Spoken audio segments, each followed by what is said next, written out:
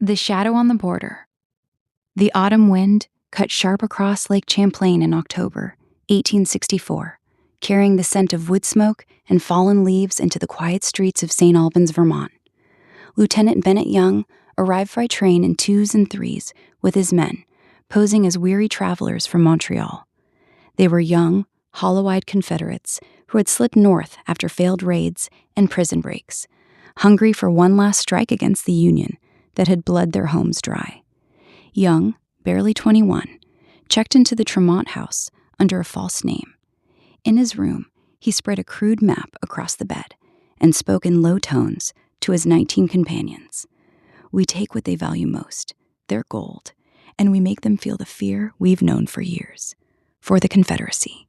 For Kentucky." His voice held the quiet fire of a man who had seen too much and still believed revenge could matter. For days they blended in. They strolled the town green, chatted with shopkeepers about the price of butter on market day, and rented horses from the livery stable. No one suspected the polite Southern accents belonged to soldiers operating out of neutral Canada. On the afternoon of the 19th, the clock in the town square struck 3. Young stepped onto the hotel steps, drew his Navy revolver, and gave the signal.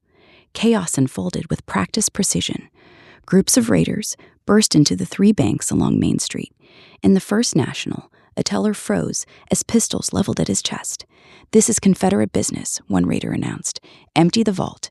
Bags filled with greenbacks and gold coins, more than $200,000, vanished into saddlebags. Outside, shots cracked the crisp air. Young's men herded startled citizens toward the green at gunpoint. A local named Linus Morrison refused to move fast enough and fell dead in the street, the first and only man killed that day. 2 others took wounds as they tried to resist. Flames were meant to follow. Raiders splashed bottles of Greek fire against buildings, but the chemical mixture sputtered and smoked in the damp Vermont air, refusing to catch. The town would survive its scars. Young mounted his horse, the heavy bags clinking. "Ride!" he shouted. The raiders spurred north, a thunder of stolen mounts carrying them toward the Canadian border 15 miles away. But the town was already stirring. Captain George Conger, a young Union veteran home on leave, heard the gunfire and sprang into action. With a shout that carried across the green, he rallied shopkeepers, farmers, and townsmen, 50 strong in the first wave, soon joined by another 40 under local leaders.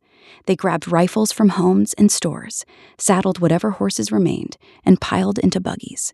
Dust rose behind them as the makeshift militia thundered up the plank road toward Sheldon. The chase was fierce. Bullets whistled past the fleeing Confederates as Conger's men closed the gap. One raider took a graze to the arm.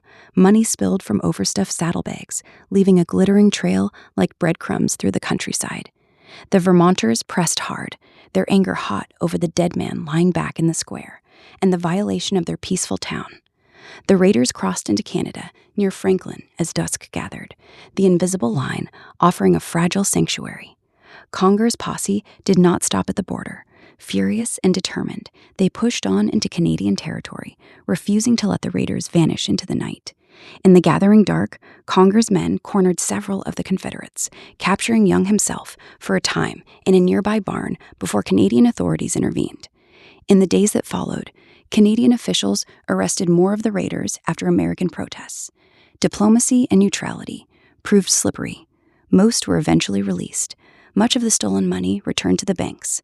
Young would live to old age, always remembering that cold October ride as the farthest north the Confederacy ever reached, and the relentless pursuit that nearly ended it all.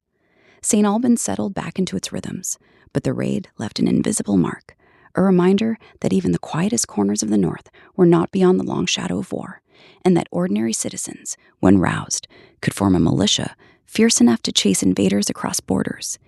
In the South, men whispered of a daring lieutenant who had made the Yankees taste fear on their own doorstep, though few mentioned how close the Vermonters had come to catching them.